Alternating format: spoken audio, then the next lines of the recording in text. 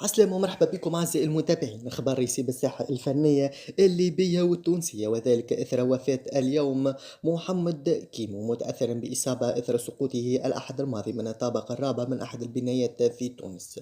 وفق تقارير إعلامية حاول الفنان الخروج من شقته، إلا أنه تفاجأ بإغلاق باب الشقة فحاول اللجوء من النافذة، ولكنه سقط أرضا بعد فقدانه توازنه. وفي ضوء ما سبق تم نقله على الفور إلى المستشفى وهو في حالة إغماء، ورغم الجهود الطبية تم تسعيف حالته الصحية على البقاء. وأعلن عن وفاته صباح اليوم الثلاثاء 9 جويلية 2024، وذلك بعد يومين من الحادث الأليم.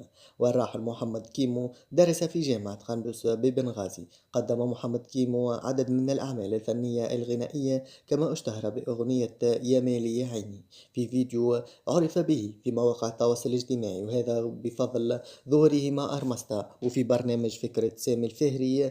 هكذا عرف محمد كيمو في الساحة الفنية التونسية. إن شاء الله ربي يرحمه ويصبر عائلته.